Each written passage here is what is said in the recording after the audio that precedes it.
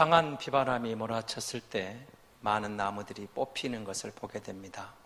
그러나 뿌리 깊은 나무는 강한 비바람도 견뎌내는 것을 보게 됩니다. 그래서 여러분, 시냇가에 심은 나무라든지 뿌리가 깊은 나무는 흔들림 없이 시절을 쫓아 열매를 맺으면서 우리 가운데 서 있는 것들을 우리는 바라보게 됩니다. 그럼 성도는 오늘 본문에서 바울은 이렇게 이야기합니다. 주 안에 견고하게 살아. 주 안에 견고하게 살아. 이런 바울이 빌립보 성도들을 위로하면서 주 안에 서 있어라.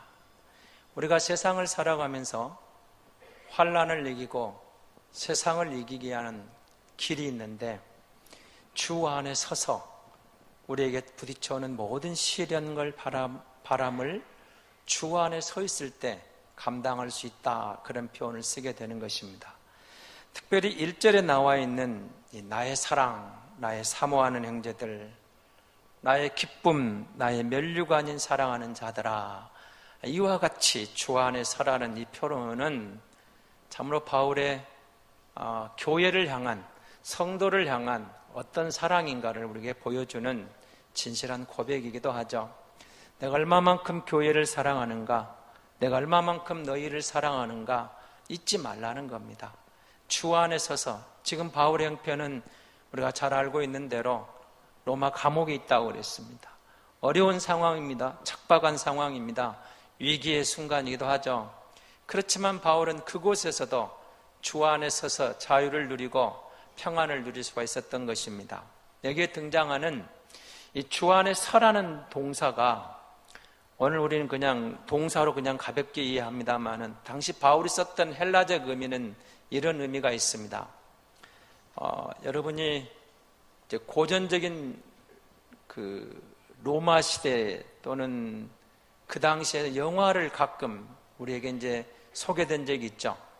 그럼 그 시대 영화를 보시면서 그 병사들이, 맨 앞에 선 병사들이 줄을 맞춰가지고 방패를 손에 들고 견고하게 딱 서가지고 딱 서 있는 장면을 발견하게 될 겁니다. 적군이 쳐들어오는데 방패를 손에 들고 확 서 있어요.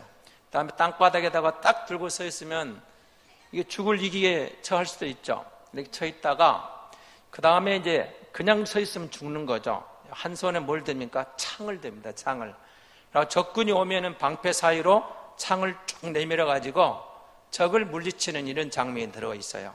그럼 그때 방패를 들고 서 있는 군사들을 여러분 생각하시기 바랍니다. 적군이 물밀듯이 밀려오고 지금 생명의 위협을 느끼는 상황인데 방패를 딱 들고 줄을 서서 적군이 와도 딱 서 있는 장면. 그러니까 서서, 빈틈없이 서서 적군이 와도 물러서지 않는 그 장면을 생각하시면 이 주 안에 선다는 것이 어떤 의미인가를 이해가 될 겁니다. 바울이 하고 싶은 말은 이 말입니다. 내 사랑하는 형제들아, 내 사모하는 형제들아, 나의 사랑, 나의 사모하는, 또 나의 면류관, 내 지체들아, 너희가 주 안에 이렇게 서 있으면, 그 말입니다. 서 있으면 세상에 많은 풍랑이 몰려올 때, 풍파가 몰려올 때, 인생의 고비, 위기가 닥쳐올 때 그 서 있으면, 우리가 주 안에 서 있으면 주께서 우리를 이기게 해주실 것이다. 그러면 지금 자기가 처해 있는 상황을 여러분 이제 더비시켜 보시기 바랍니다. 감옥에 있는 바울에게, 요즘 우리 광주 교도소의 분위기가 아니라고 그랬죠. 로마 시대 저 밑층 3층 바울 처해 있는 그 감옥은 정말 습기차고 위험하고 빛도 들어오지 않고 정말 답답한 곤혹스러운 상황, 그런 환경입니다. 육신은 그렇게 곤혹스럽게 매여 있는데 바울에게는 한없는 즐거움이, 기쁨이 샘솟는 게 있었어요. 그게 뭡니까? 주 안에 서 있다는 겁니다. 주 안에. 내가 주 안에 서 있었더니 이런 기쁨이 내게 몰려온다, 그 말입니다. 그러므로 사랑하는 성도들아, 내 사랑하는 형제들, 나의 사모하는 형제들, 내 기쁨, 나의 면류관인 사랑하는 자들아, 너희도 이와 같이 주 안에 서라, 그렇게 말하는 겁니다. 그러면서 바울이 하고 싶은 얘기가 바로 여기에 있습니다. 주 안에 선다는 일은 이렇게 1절에 등장하는 내 사랑, 내 사모하는, 내 기쁨, 내 면류관, 사랑하는 자들아, 아무나 이렇게 쓰는 게 아닙니다. 마치 연애편지의 한 장면을 보는 것 같기도 하죠. 그럼 누구에게 이런 가능성이 있느냐 그 말, 누구에게 이런 말을 하느냐 그 말입니다. 우리가 누구냐 그 말입니다. 우리가 뿌리가 같다는 거예요. 뿌리가. 바울이 감옥에 있는 바울이나 빌립보 교회에서 기도하고 있는 성도들이나 우리가 한 뿌리다 그 말입니다. 성도는 한 뿌리죠. 십자가의 뿌리, 십자가의 뿌리. 우리가 오직 예수로 십자가의 은혜로 구원받은 성도가 되었어요.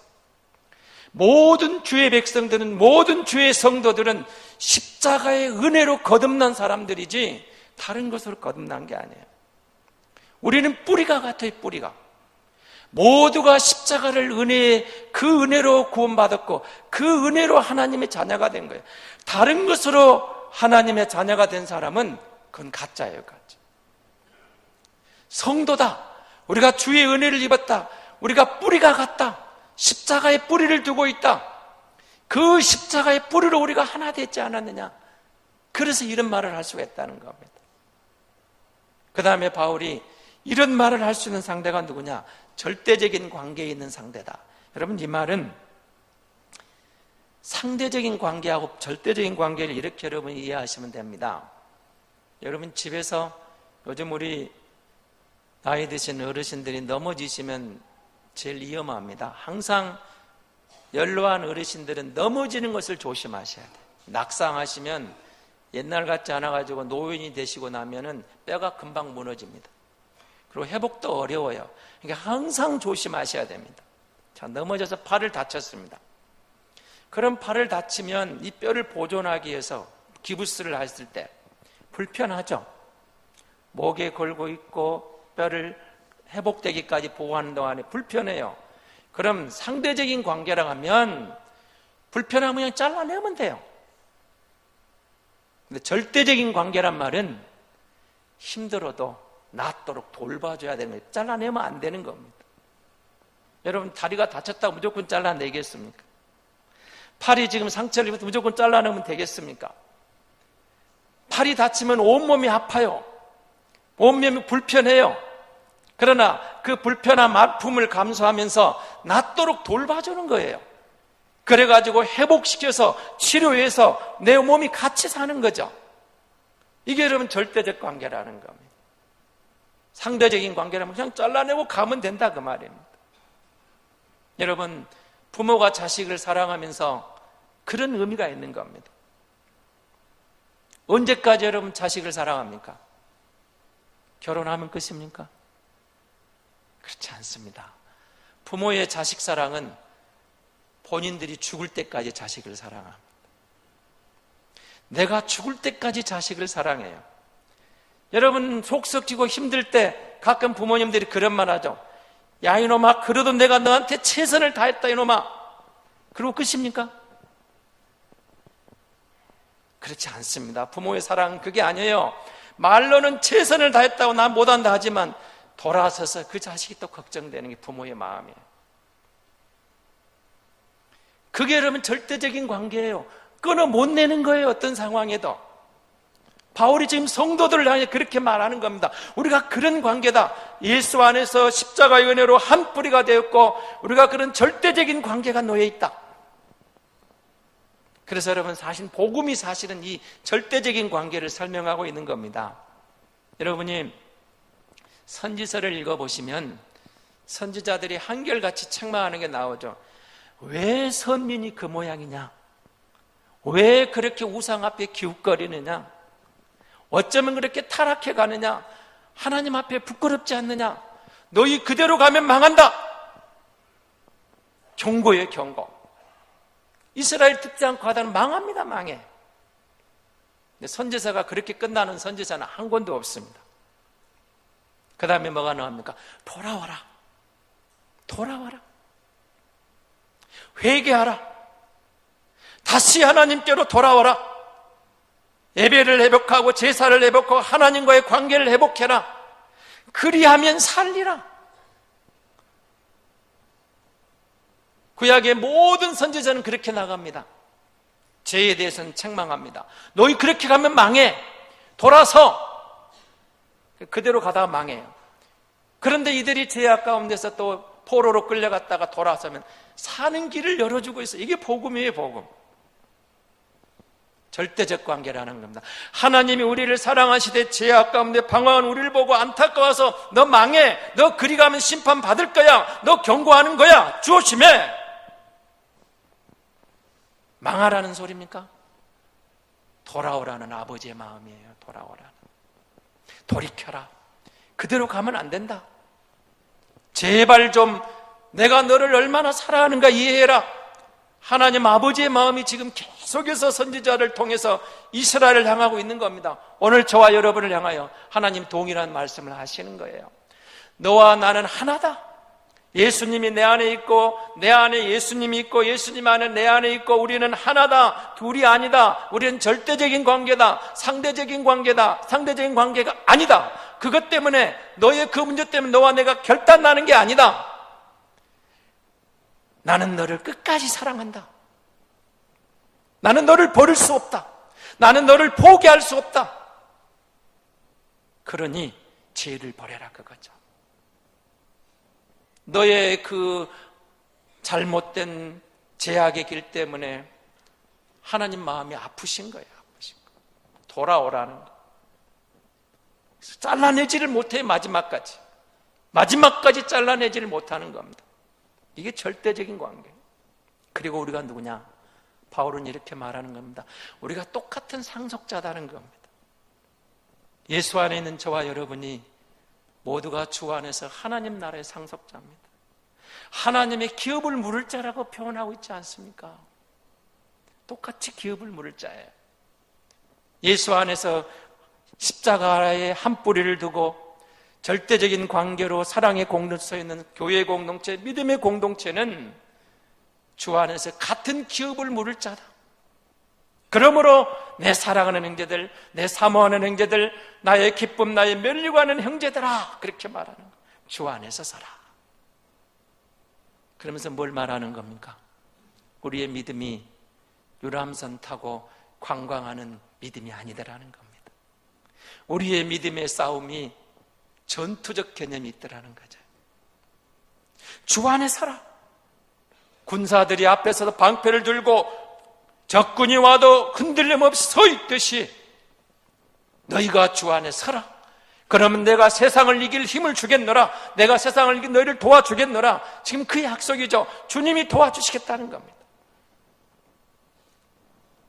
여러분, 교회 공동체를, 믿음의 동력자들을 바울이 빌립보 성도를 바라보면 이 말을 잘 이해하셔야 됩니다. 그런데 여러분, 그런 바울에게 여러분 2절을 보십시오. 내가 유오디아를 고나고 순두개를 고하노니 주 안에서 같은 마음을 품으라. 자, 주 안에서 같은 마음을 품으라. 자, 바울이 로마 감옥에 있습니다. 빌립보 교회가 에바브로디도를 보냈습니다. 필요할 것을 채워줬어요. 그런데 바울이 듣는 소식이, 야, 교회는 어떻냐 물었겠죠. 에바브로디도를 통해 들려온 빌립보 상황이 별로 유쾌하지 못했다고 그랬죠. 뭔가 갈등이 있어요. 분쟁이 있어요. 근데 오늘 대표적인 사람이 등장하네요. 유오디아라는 사람하고 순두개라는 사람, 두 분 다 여자분들입니다. 빌립보 교회의 출발이 루디아 자주장사 집에서 출발하면서 빌립보 교회의 구성원들 가운데 지도자들이 여자 성도들이라고 그랬죠. 근데 지금 유오디아하고 순두개가 지금 갈등을 겪고 있는 거예요. 교회의 중요한 지도자들이. 오늘 우리 교회로 말하면 여전도의 협의회장님하고 권사회장님하고 지금 뭔가 갈등이 있어요. 갈등. 마음이 뭔가 안 맞은 게 있어요. 그래서 그 이야기를 듣고서 바울이 3절에 이렇게 하는 겁니다. 주 안에서 한 마음을 하라. 너희가 같은 마음을 품되, 그 3절에 보시면 너희가 멍에를 같이 한 동역자들이지 않느냐. 그러니까 좀 도와줘서 이 갈등을 풀어나가라 그 말입니다. 여러분, 여기서 갈등을 푸는 아주 중요한 요소를 제기하고 있습니다. 바울이 지금 유오디아를 세워주는 게 아닙니다. 순두개를 세워주는 게 아닙니다. 순두개 편이 되어서 손을 들어주는 게 아니고, 순두개를 칭찬하는 게 아니고, 유오디아를 칭찬하는 게 아닙니다. 너희가 분쟁이 있다는데 순두개 쪽도 아니고 유오디아 쪽도 아니고 같은 마음을 품으라. 누구 마음? 유오디아의 마음, 순두개의 마음? 아니라는 겁니다. 예수님의 마음으로. 그 말이 예수님의 마음으로. 예수님을 생각해 보라는 거예요. 예수님을. 주 안에서 서서 주 안에서 예수님의 마음으로 용서해주고 용납해주고 화해하라. 그 말이에요. 화해하라. 여러분, 이 유오디아라는 이름, 순두개라는 이름이 정말 멋진 이름이거든요. 멋진 여행, 순조로운 여행이라는 뜻이 유오디아라는 뜻이 있어요. 그 다음에 순두개는 행운의 기회 또는 친지라는, 여러분, 부모님들이 자식의 이름 지을 때는 나름대로 다 좋은 이름, 좋은 뜻을 갖고 지어주지 않겠습니까? 근데 그 당시 헬라인들에게는 그런 의미적인 좋은 의미를 갖고 있는 이름을 다 지어줬어요. 다 예수 믿는 사람이 되었어요. 그런데 두 사람에게 갈등이 생긴 겁니다. 근데 여러분 보세요. 바울에게는 이 두 여자가 다 좋은 동역자였어요. 바울을 위해서는 같은 마음을 품어서 좋은 동역자였는데, 빌립보 교회 안에서는 두 사람 간에 갈등이 생겼다는 겁니다. 이 갈등을 푸는 길도 어디에 있냐 그 말이에요. 같은 마음을 품으라. 주 안에서 한 마음을 가져라. 예수님의 마음 외에는 갈등을 풀 길이 없다. 내 자존심이 문제가 아니라는 거예요. 내 생각이 문제가 아니라는 거예요. 예수님의 뜻이 어디 있고 하나님의 말씀의 뜻이 어디에 있고 예수님이라면 그분의 뜻은 어디에 있을까? 이걸 생각해서 거기서 합해라 그 말이에요. 거기서 합해라. 여러분, 유오디아라는 이름, 순두개라는 이름이 우리 시대 같으면 이렇게 못 밝히죠. 이니셜로 모 권사회 회장하고 모 여전대 회비 회장 이렇게 나와야 맞죠. 근데 그때는 그냥 이름, 좋지 않은 일에 지금 두 사람 이름이 공개되고 있잖아요. 예수님 올 때까지 이 두 사람은 분쟁할 때 유오디아와 순두개가 갈등을 일으키고 있다. 좀 그렇죠. 이런 데는 안 쓰이는 게 좋죠. 여러분, 지난 총회들을 꺼내서 임원들이 바뀌었죠. 그러면은 전직 회장님하고 현재 회장님하고 갈등이 생기면 이런 상황을 보시면 돼요. 작년 회장님이 너 두고 봐. 나 밥 당번을 한 번도 안 도와줬지. 내가 도와준가 봐라. 그럴 수 있죠. 그냥 인간의 생각이라는 거예요. 너 얼마나 잘한가 두고 보자. 내가 권사회장이 되었는데, 내가 여전도 협의회장이 되었는데 너 작년에 엉터리였지. 내가 얼마나 잘한가 보여줘봐. 이러면 되겠어요? 아니면 너 나 할 때 뭐라 하든지 너 얼마나 잘한가 보자. 바울은 이들에게 이런 편지를 쓰면 이렇게 말합니다. 살다 보면 부부간에도 갈등이 있듯이 여러분, 우리가 같은 동역자끼리 갈등이 있다는 거예요. 그러나 주 안에서 용납해주고 예수님 안에서 예수님 마음으로, 같은 마음으로 공통부모를 찾으면 화해할 수 있지 않나 그 말이에요. 같은 부모가 있다는 거예요. 내가 아니고 예수 그리스도의 마음으로.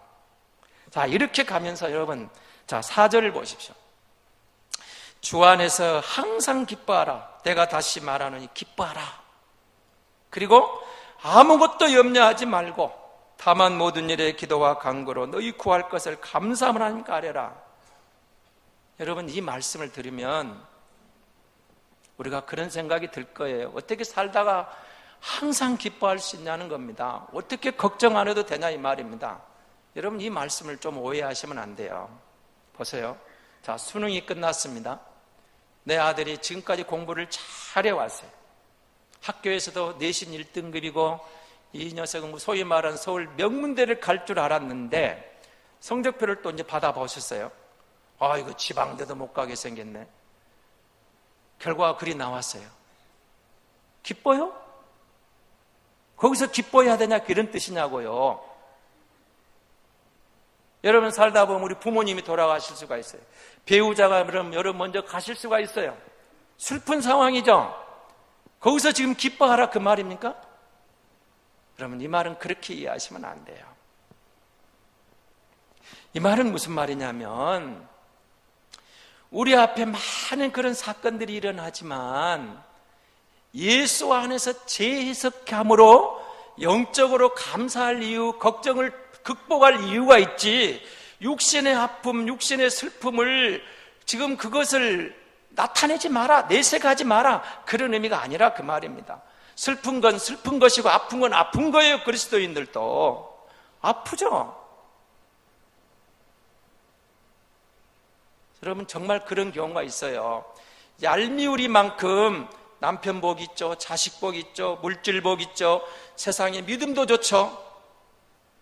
그런 사람도 있어요. 그런데 정말 어쩌면 그럴 수 있냐고요. 남편 복 없죠, 자식 복 없죠, 물질 복 없죠. 세상에 하는 일마다 엉망이죠. 근데 겨우 믿음 하나 갖고 사는 사람이 있어요. 우리 주변에 그런 사람이 있어요. 다 갖고 있는 사람이 있어요. 예수도 잘 믿어요. 아니 나도 좀 저렇게 복을 주셔야지. 그래도 예수 믿고 발버둥 치는데 내게는 다 아무것도 없어. 아무것도.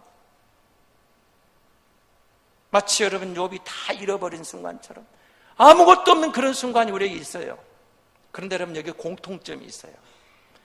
다 누리고 있는 것 같은 이 사람이 믿음으로 사는 사람이에요. 물질을 의지하는 게 아니고 자식을 의지하는 게 아니고 남편을 의지하는 게 아니고 세상에 부귀 명예 권세, 이 사람도 믿음으로 살아. 믿음으로. 아무것도 없는 것 같은 안타까운 상황, 이 사람도 믿음으로 일어서고 있어요. 믿음으로. 여러분 어렵고 힘든 여건 속에서도 주 안에 있는 사람, 뭔가 잘 되는 가운데서도 목에 힘주지 않고 교만하지 않고 주 안에 있는 사람, 지금 그 이야기를 하고 싶은 거예요. 그 이야기. 지난주에 저에게 제가 아는 분이 이렇게 SNS로 문자를 줘서 제가 몇 분에게 보내드렸습니다마는 그 선교사님 이야기가 저도 감동을 받았어요. 100년 전에 일리암스 부부가 미국에서 공주 땅에 선교사로 들어옵니다. 그래가지고 3남매를 낳고 첫 번째 아들을 낳으면서 아들의 이름을 광복이라고 짓습니다. 이름이 우광복입니다. 대한민국의 독립을, 해방을 기념하 생각해 보면서 바라는 마음으로 아들 이름을 선교사님이 광복이라고 지었어요. 그런데 논산 지역에 가서 부흥회를 마치고 돌아가다 비가 많이 오는데 피할 곳이 없어서 들어간 곳이 상여집이었습니다. 여러분 지금이야 무슨 상여집이 있습니까? 옛날에 보면은 마을 어귀나 좀 한적한 곳에 으슥한 곳에 가면은 상여집이 있었거든요. 장례를 치르고 상해를 그거다 놔뒀다가 나중에 또 다른 분 장례칠 그걸 쓰고 그랬어요. 마침 글이 들어갔는데 이 상여가 지난 장례 치른 사람이 장티푸스 환자를 치르고 거기 갔다 놓은 거예요. 이 선교사님이 장티푸스에 걸려가지고 돌아가시게 됩니다. 그러면 혼자 남은 선교사님 부인이 3남매를 데리고 미국으로 돌아갑니다. 그런데 2년 만에 이분이 다시 한국으로 돌아옵니다. 그리고 공주 지역에서 교회를 세우며 47년간 선교사 사역을 합니다. 그러다가 또 여러분 두 딸이 풍토병에 걸려 죽습니다. 아들 우광복이가 한국에서 중학교를 마치고 미국에 들어가서 공부를 하고 대학을 마치고 한국에 들어옵니다. 그러다가 대한민국이 해방을 맞이하고 군정이 시작된 하지 장군이 들어와서 군정할 때 영어를 잘하고 한국말을 잘하는 사람 찾는 우광복이밖에 없어요. 그래서 이 우광복이라는 그 선교사님 아들이 이제 선교사죠. 하지 장군의 군정을 돕게 됩니다. 군정을 돕다가 어느 날 하지 장군이 이제 네가 한국을 잘 아니까 이제 한국 사람들을 지도자로 세워야 될 텐데 50명을 추천해 달라고 합니다. 그러니까 이 우광복이라는 선교사님이 어머니를 찾아갑니다. 어머니 누구를 추천할까요? 그래서 50명의 명단을 그 윌리엄스 부인, 선교사님 사모님이 이제 50명을 추천했는데 48명이 그리스도인이었습니다. 그 당시 한국의 기독교인이 5%가 채 안 되는 시절입니다. 행정부의 의회에 그리고 법조계 이들이 들어가서 우상을 타파하고 미신 타파 그리고 군목제도 이렇게 세우는데 기여하게 됩니다. 자, 이들을 세워가지고 대한민국에 어떤 역사가 일어나냐면 10년 만에 5%도 안 되는 신앙인들이 500만 명이 넘어가고 20년 만에 1000만이 넘어가는 성도로 부흥하게 됩니다. 사랑하는 성도 여러분, 누가 이 50명을 추천을 합니까? 우광복이. 그 우광복에게 명단을 준 사람이 누굽니까? 남편 죽고 두 딸 죽고 아들 하나 데리고 선교하고 있던 가녀린 여인에게서 50명의 명단이 나와가지고 이 나라를 변화시킵니다. 그러면 여러분, 우리가 그 앞부분만 보면 선교사로 나와서 남편 죽죠, 두 아이 죽었죠, 얼마나 비참합니까? 그러나 주 안에 서서 흔들림이 없었을 때, 이 미망인이 주 안에 서서 흔들림 없이 믿음으로 선교를 이어가고 아들을 믿음으로 길러냈을 때, 누가 이들 손에서 대한민국의 미래가 결정될 50명이 나올 줄 누가 알았겠습니까?